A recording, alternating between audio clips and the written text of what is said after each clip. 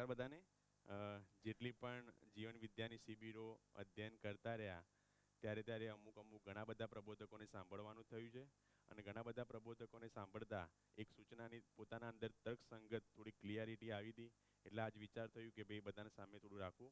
તો સૌપ્રથમ પહેલાં શ્રી એ નાગરાજ દ્વારા પ્રસ્તાવિત મધ્યસ્થ દર્શન સઅસ્તિત્વવાદ આધારિત જે આપણું મધ્યસ્થ દર્શન છે એનું હું એક અધ્યયનાર્થી છું. મીન્સ કે આપણે બધા અધ્યયન કરી રહ્યા છીએ. એ અધ્યયનમાં કદાચ મારાથી કોઈ એવી ગેપ રહી જાય તો આપણો મૂળ સાર જે મધ્યસ્થ દર્શનો જ આપણે લઈશું. તો હવે આગળની પ્રસ્તુતિ શરૂઆત કરું એના પહેલાં જેટલા પણ પ્રબોધકોને મેં સાંભળ્યા છે તો એમના થકી જ એ સૂચનાનું મન ટ્રાન્સફોર્મેશન થયું છે અને કંઈક ના કંઈક પોતાના અંદર પણ આપણે એ જીવવામાં આવે એવો પ્રયાસ કરી રહ્યા છીએ. તો સૌપ્રથમ પહેલાં વાત કરું તો જે જીવન વિદ્યા જે પ્રસ્તાવ છે એમાં માનવનું અધ્યયનની વાત કરવામાં આવી છે. અને બધાને ખબર જ છે કે ભાઈ જીવન વિદ્યાનો જે પ્રસ્તાવ રહ્યો એમાં માનવનું આપણે અધ્યયન કરી રહ્યા છીએ. તો માનવનું અધ્યયન આપણે કરી રહ્યા છીએ તો માનવ એટલે શું એ આપણા અંદર ક્લિયર હોવું જોઈએ કે માનવ કોને કહેવાય. ઓકે, તો માનવ માટે જોઈએ તો માનવ એટલે જીવન અને શરીરનું શું છે સહઅસ્તિત્વ છે. શું છે? માનવ એટલે જીવન અને શરીરનું સહઅસ્તિત્વ. એ બધાને આપણને ખબર જ છે એટલે હું વધારે વાત નહીં કરું.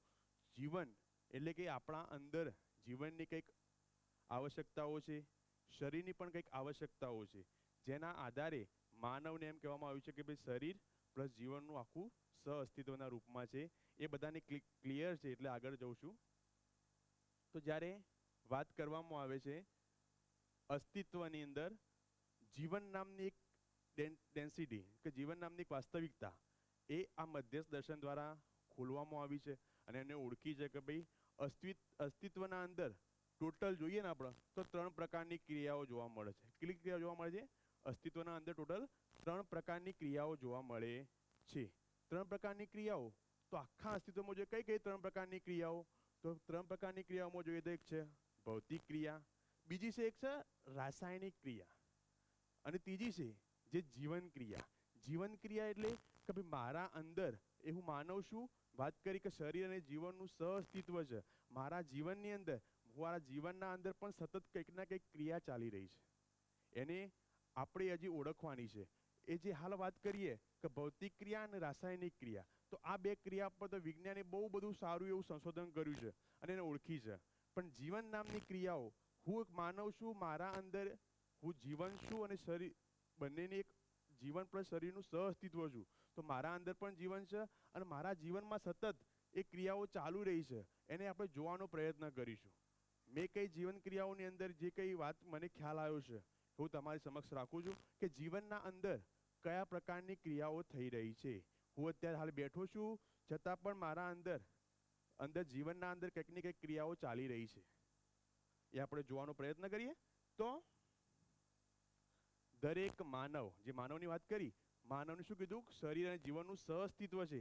પણ સાથે સાથે માનવના અંદર કલ્પનાશીલતા રહેલી છે. કલ્પના, મેં શબ્દ કલ્પના વાપર્યો છે.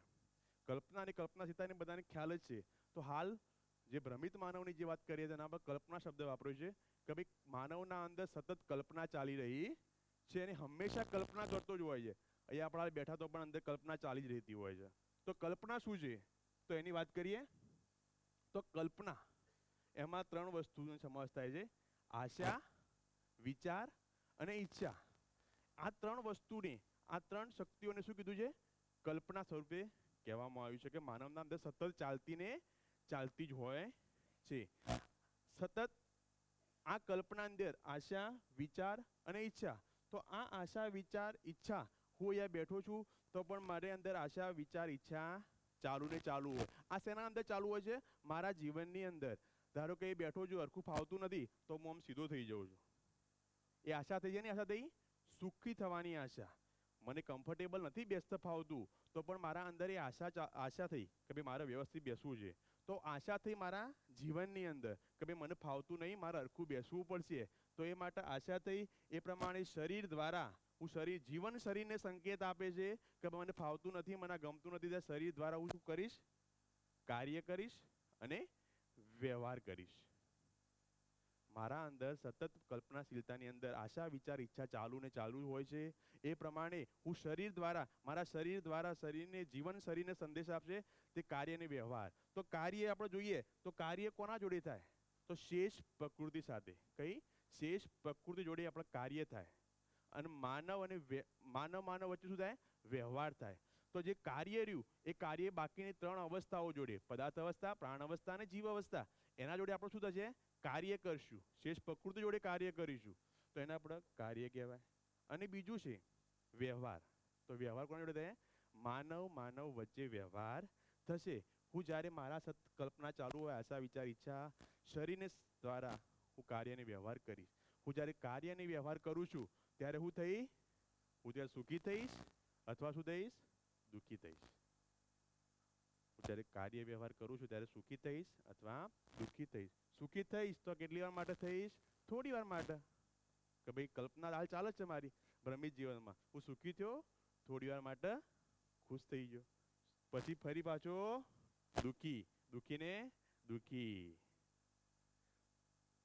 થઉં છું. તો પણ મારા અંદર આશા હંમેશા આપણે વાત કરી છે બધાને ખ્યાલ છે, આશા હંમેશા માનવના અંદર છે એની છે સુખપૂર્વક જીવવાની આશા. એ માનવનો ગુણધર્મ છે. માનવ સુખપૂર્વક જીવવા જ માગે છે. એ આશા સતત એના બનેલી જ હોય છે.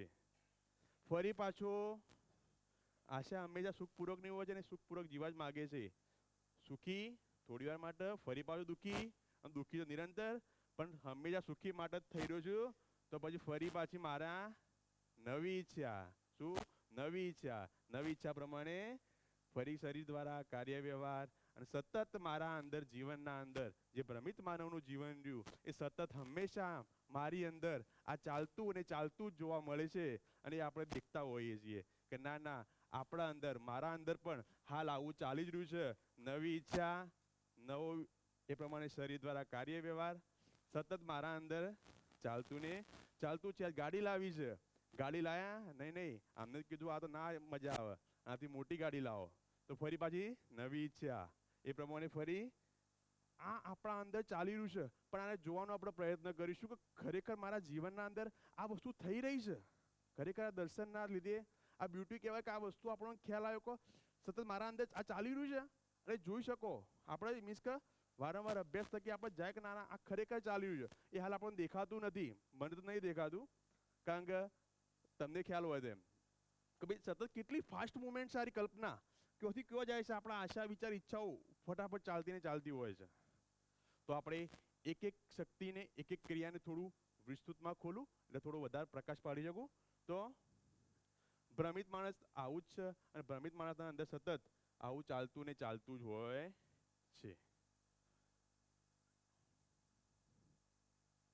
તો પહેલી શક્તિ લઈએ આશા. તો આશા હંમેશા કેની છે? સુખપૂર્વક જીવવાની આશા દરેક માનવના અંદર રહેલી છે. તો કલ્પના દ્વારા આશા વિચાર ઈચ્છા થકી હું મારું શું કરીશ? શરીરને સંવેદના, જીવન શરીરને સંકેત આપશે કે આ પ્રમાણે કાર્ય અને વ્યવહાર કરવાનું છે. તો આશાનો સ્ત્રોત શું હોય? આશા એટલે શું? આશા નામની શક્તિ શું? એનો સ્ત્રોત શું હોય એને સમજવાનો પ્રયત્ન કરીએ કે આશા એટલે એક્ઝેક્ટલી આ વસ્તુ. આશા આને કહેવાય સુખપૂર્વક જીવવાની આશા. પણ જીવનના અંદર જોઈએ તો શું આશાનો સ્ત્રોત શું હોઈ શકે? તો એના પર વાત કરું તો શરીર સંવેદનાના આધાર પર જોઈએ ને તો આશા પાછળની બે ક્રિયાઓ થતી હોય છે. આશા જે નહીં એના અંદર બે ક્રિયાઓ થતી હોય છે. એક છે આસ્વાદન અને બીજું છે ચયન. આસ્વાદન નામની ક્રિયા એ થતી જ હોય છે જીવનના અંદર. અને આસ્વાદન એટલે ભાઈ રસ લેવો. ચયન એટલે ટેસ્ટ. આસ્વાદન ઇંગ્લિશમાં કે ટેસ્ટ. અને ચયન દ્વારા સિલેક્શન આપણે કરતા હોઈએ છીએ. એ સતત આપણા અંદર ચાલતું ને ચાલતું જ હોય છે. એ તો આસ્વાદન હંમેશા આપણે શેના માટે કરીએ છીએ? માનવનો સુખ ધર્મ છે. તો આસ્વાદન હંમેશા એ સુખીની નિરંતર સુખની ચાહનામાં જ હોય છે. પરંતુ આપણે જે ઉપલબ્ધિ જ્યારે કહીએ છીએ ત્યારે એવું થાય છે કે ખાલી સમસ્યા એટલી જ છે કે ચાહના નિરંતર બની રહે છે પણ ભોગવાનું આપણે રૂકીને થાય છે. એનો મતલબ કે ભાઈ આશા જે આપણે આસ્વાદન રહ્યું એ આસ્વાદન હંમેશા સુખી થવાનું જ આસ્વાદન હોય છે, સુખપૂર્વક જીવવાનું જ આસ્વાદન હોય છે. પણ જ્યારે આપણે ભોગવાનું હોય છે ત્યારે આપણે રૂકીને જે નવી ઈચ્છા, નવો વિચાર એ પ્રમાણે ચાલતું ને ચાલતું જ હોય છે. એટલે આસ્વાદન જે રહ્યું એ હંમેશા કેવું થાય છે? નિરંતર સુખની ચાહનામાં જ હોય છે. પણ જ્યારે આપણે કોઈ વસ્તુ મળી જાય છે ત્યારે આપણે સમસ્યા એટલી છે કે નિરંતર બની રહેતું નથી. કેવું છે? નિરંતર બની રહેતું નથી અને આપણે ટૂંકા ટૂંકા ચાલે છે એમ કરીને આપણે આખી જીવન યાત્રા પૂરી થઈ જાય છે અને છેલ્લે જ્યારે પૂછવા